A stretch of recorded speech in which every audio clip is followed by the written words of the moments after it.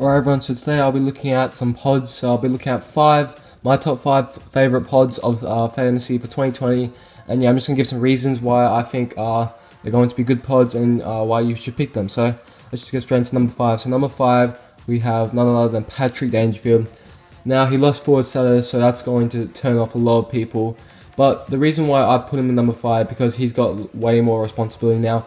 Now that Tim Kelly has left, he should be playing midfield, and yeah, I just see no other reason. The only negative thing about Patrick Dangerfield right now is that probably Joel Selwood might play more midfield, pushing him out, or Jack Stephen. But I think Jack Stephen will play a bit more forward than mid. I reckon Patrick Dangerfield will play 70% mid, 30% forward, and we've seen what he does. He's a beast, and I reckon he's going to get average 110 plus this season.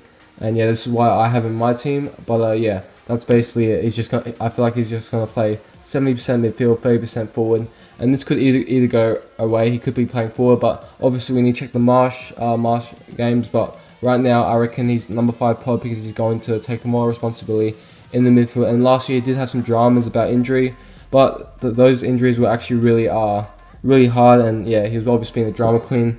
But yeah, he's still a tough unit, and yeah, I reckon midfield time, and yeah, he's going to step up this game and he's going to take his game to the next level. Number 4, we got Dane Zorko. Now, I have Jared Lyons in my team right now.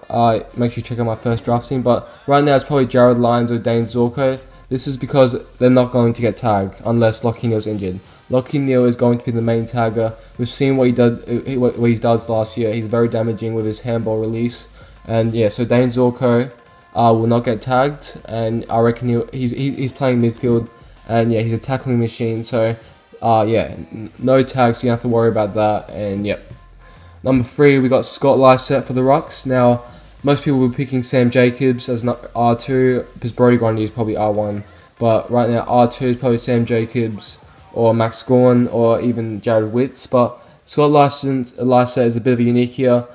Because Paddy Ryder has moved to the Saints, and yeah, that's going to stuff up Rowan Marshall, so I actually just not picking him up. But Scott Lysett, we've seen what he done. He averaged like 140 in those 3 games when Paddy Ryder was injured.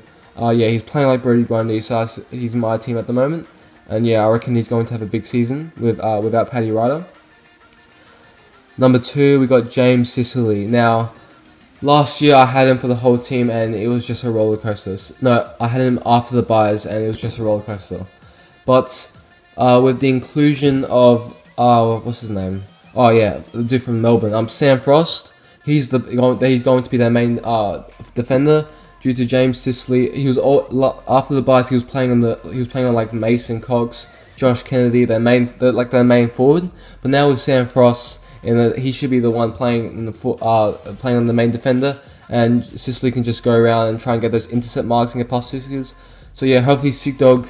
Well, we can't know until obviously the Marsh games to see what his role is, but I reckon he'll definitely be playing that run around role, like a bit like Sam Doherty. He'll just be getting sixes, but he'll be also going for the intercept marks, which makes him a more valuable asset. And yeah, so. He's not in my team, but Brody Smith is. It's either Brody Smith or James Sicily for me, and I'm probably just leaning towards James Sicily to be honest. But yeah, I reckon it'll be a good pod for you. And then number 1, we got Jack Steele. Now, might think I'm a bit crazy here. He's a tagger, but I've seen news that what's his name? The new St Kilda coach, Brent Ratton, I think it was. Yeah, he literally said in the press conference that he's going to take Jack Steele off tagging, is going to be playing midfield with Jack Stephen gone. Now, this is a very risky player, because if he tags, then he's not going to get points. He is the tackling machine, but he's not going to get the points you need as a primo. So it's a very risk, but we need to check Marsh again to see if he's tagging. And yeah, but I reckon he's going to be on midfield, and I'm very interested in putting my team, but obviously he can go sideways and he can be a tagger, and Brett Radlin could be lying.